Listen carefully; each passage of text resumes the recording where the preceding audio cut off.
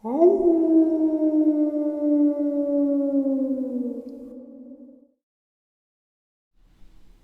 greetings and salutations, everyone, and welcome back to tonight's second half. Before we get into it, a couple links. As you know, I rely on Patreon, PayPal, and my merch to help the channel to continue to grow and go. The links to Patreon and PayPal are in the description below, my merch displayed directly under the video. Also, Dogman Frightening Encounters Volume 1, 2, and 3, the audiobook versions. They were written and researched by Tom Lyons, narrated and produced by me, Jeffrey Nadolny. Those audiobooks are available on Audible, Amazon, and iTunes, the links to which are also in the description as well. And finally, last but definitely not least, if you'd really like to help support this channel to continue to grow and go, simply subscribe, click the like button, and please leave a comment. It really does help, and it matters. And now, everyone, I have taken far too much of your time. Let's get on with tonight's second half. Shall we? All right, guys. So tonight we are going to explore a little more information about Dulce and people who have investigated it or other underground military bases. As you know, they're Groom Lake or Dreamland, and then Mount Shasta.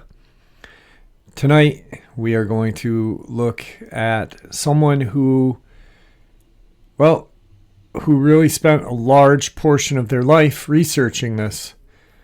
And, from what I gathered, the information they have is just as important as Lear and Cooper. So let's get into this. The September 10th, 1990 issue of UFO Universe related the following under the title heading, William F. Hamilton III, UFOlogy Mystery Man to Reveal Cosmic Top Secrets. Until just recently, William F. Hamilton III managed to keep up a relatively low profile so that he could continue his work in private and without needless interruption from well-meaning and nevertheless prying eyes. Admittedly, his name is not known in every household, but the fact of the matter is that Bill is highly respected amongst his peers. Indeed, what he has to say is as important and vital as the words from flying ace John Lear and former Navy intelligence officer William Cooper, who have gone on record regarding the alien conspiracy. In fact, much of what Hamilton maintains is consistent with the theory that there is a massive government cover-up on UFOs and alien visitations that reaches right up to the president's private office door, and that the United States military has made a secret pact with a group of aliens known as the Greys. They are on Earth, mutilating cattle, abducting humans for experimental purposes. Supposedly, the Greys have taken over several top-secret underground military facilities, and certain branches of the government who are working hand with these entities to bring about total domination of the world, while a second group of extraterrestrials is here trying to protect us. Of a highly controversial nature, many of Hamilton's statements may seem overly radical to even his closest associates, not to mention other investigators who refuse to even seriously consider the documentation he is able to present to bolster his case. About 10 years ago, a few scientists and engineers who worked for NASA and shared an interest in UFO abductions came together to form a group they called Project Visit, Vehicle Internal Systems Investigative Team. They studied about 130 cases of UFO abductions with the goal of constructing a model of UFOs, their operation, and the entities who crew the UFOs. They found UFOs have bright interior lighting. Abductees undergo a medical-type examination with apparently highly sophisticated equipment. Burns are suffered by many abductees. Time loss from 20 minutes to 3 hours is common. Project Visit member Dr. Richard Nimpzow described the crew members as 4 feet tall, hairless, gray in color, with no nose, a small mouth, and large slanted eyes. The gray humanoid is emotionless and communicates through telepathy. The Greys are earned a reputation quite different from the Nordic blondes and other reported species. Most of the abductions are done by the Greys, and more than one variation of Greys. The Greys do most of the biological intervention on abductees. Tans, whites, and blues have also been reported by abductees. I have personally had some sort of encounter with what I call the whites. They are small with extremely white skin and black wraparound eyes. Earthmade Saucers. In April of 1984, Lieutenant General George Bone, Vice Commander of the U.S. Air Force Systems Command, was killed while test flying a secret aircraft over Groom Lake area, a top-secret facility located 100 miles north of Las Vegas, Nevada. This facility is designated Area 51. The Systems Command reputedly uses the facility to test fly spy planes such as the SR-71 Blackbird or its successor, the Aurora. According to the February 1988 issue of Gung Ho magazine, which ran a feature article on Area 51, some of the craft being flown out of that test facility would make George Lucas drool. In the early 1980s, a radio technician working at Area 51 reported seeing a saucer on the ground. It was some 20 to 30 feet in diameter, he said, and when it flew, it moved silently through the air. The technician also viewed a number of wooden shipping crates marked Project Red Light. That project may have been the forerunner of Snowbird. Presently, the Air Force is trying to acquire 89,000 acres adjacent to Groom Lake facility and to place the nearby Groom Mountains off limits to the public. Before and after TV documentary UFO Cover-Up Live, there had been talk of an underground alien base located in the vicinity of Groom Lake test site, known as Dreamland. This adds a whole new dimension to the idea of secret space program and hints at fantastic secret programs that take us more than one step beyond. A friend of mine once moved to Riverton, Wyoming to escape from terrifying mysteries he encountered in New Mexico. He said the locals at Riverton asked him, "Are you here to work on a secret space project out at the jet airport?" Saucers were seen close to the ground in Riverton. One day, my friend's truck broke down, and he had to hitch a ride back to town. A black Lincoln pulled up, and a man dressed in black gave him a lift. The dashboard looked like a computer console. The MIB knew exactly where he wanted to be left off, in front of the post office, but my friend had never told him this. Alien implants. In 1980, when I lived in Glendale, Arizona, I received a call from a friend, Walter Baumgartner, who published a magazine of limited circulation called Energy Unlimited. Walter is a natural technologist. He said that he had started working for a physicist by the name of Paul Benowitz at Thunder Science Labs in Albuquerque, New Mexico.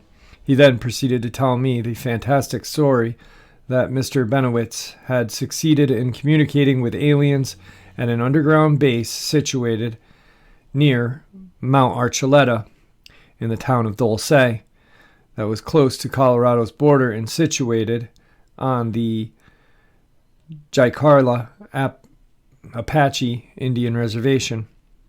He told me that these little gray aliens were abducting and implanting people with a device inserted at the base of their skull for the purpose of monitoring and controlling humans. He said that the government knew about this and was involved with alien activities. He also stated that the aliens feared our nuclear weapons and nuclear radiation. He told me that Paul was working on a weapon that would be effective against these aliens. The underground bases. On April 1st and 2nd, I spent 24 hours visiting with John Lear at his home in Las Vegas. He took out a stack of papers and had me peruse through them at my leisure. His study room had walls covered with aircraft photos and certificates. There was no doubt in my mind that John loved flying. John is a soft-spoken individual, and frequently, while visiting, I have watched him putter in the garden. We discussed Area 51. John had some long-distance photos of the Groom Lake facility. The one thing that stood out in one of the photos was a radio telescope pointing straight up in the midst of the group of buildings. The scope was probably tracking any overhead spy satellites. He showed me the reference in the February 1988 issue of Gung Ho magazine that insisted that spacecraft were being test flown from this facility. John heard rumors that the Greys had a base under Groom Mountain. This is the one we believe is called Dreamland. One of my sources, a leak, says DREAM is an acronym that stands for Data Repository Establishment and Maintenance. John told me the story of Mr. K, whose son Robert was trapped inside a joint human-alien underground base in Utah. This Robert had apparently worked at Dulce Base. At the time, Mr. K felt like he was being given the runaround by the military in his attempts to locate his son. I have learned there were a few technical people who worked at the Sandia Labs in Albuquerque who were interested in alien activity. One man I talked to, CR, knew a mysterious Colonel Ronald Blackburn, who was reputed to have said that there are 600 aliens at the Groom Lake facility in Nevada. CR had investigated a UFO crash near Gallup, New Mexico in '83. This one was also investigated by Tommy Roy Bland. I heard of Colonel Edwards at Albuquerque, who knew the AFOSI agent, Richard Doty. Doty had talked to some investigators about the government cover-up. Why, I don't know. Weird happenings at Dulce. On April 19th, 1988, my wife and I arrived at Dulce, New Mexico at around 4:30 p.m. Dulce was a beautiful little mountain town sitting at the elevation exceeding 7,500 feet. There was still snow on the ground at the Best Western Motel. We checked into the motel and called Gabe Valdez. He came over to see me at about 9:30 p.m. We talked about UFOs and cattle mutilations. He said that he had not seen any mute since 1981 to 82. I had him read a letter written by Richard Doty in which Doty denies all involvement with UFO secrecy. He said Doty wasn't telling the truth. This proved true because Doty started talking again. He told me that Doty wrote a report that stated that Paul Benowitz was being investigated. Later, Gabe offered us a ride around Dulce. He took us in his patrol car and showed us some of the routes. He said he saw glowing orange lighted airships flying silently around the area.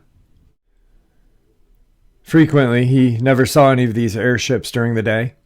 We took a look at the Gomez Ranch, site of some of the mutes that took place in 1978. We asked about Benowitz's belief that there was a secret underground alien base in the area. He said he believed about 80% of what Benowitz said concerning the alien activity in the area. He definitely seemed to think there was a base in the area, but his idea of where it is located is different than Paul's. He thought that the base might be south of Dulce, closer to Gomez Ranch. He said he had not found any entries to this base. He had found landing tracks and crawler marks near the site of the mutes. He invited me to come back sometime and climb Mount Archuleta. Someday I would come back to Dulce, but I have no idea when. A lot started happening in October of '88. I started investigating the case of a couple who had gone up to the plateau on the south side of the Tehachapi Mountains, not far from my house. At 2 a.m, they witnessed a large flashing orb come up out of the ground and slowly rise into the sky.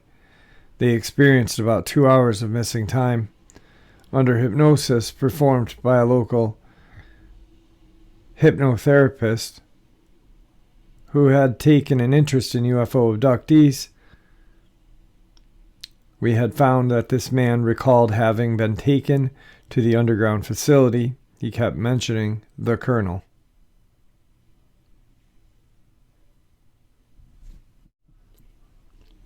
All right, guys, I hope you guys enjoyed tonight's second half as much as I enjoyed sharing it with you. I'm very fascinated with the cover-ups that is going on and has been going on with Dulce, Area 51, Dreamland, and it's just getting more interesting the more we look into it. So I'm having fun. I hope you guys are. I when I say fun, I mean fun learning. So with that, please, everyone, stay safe. May the Great Spirit watch over us all, and may He guide us down that path that, well, we call life.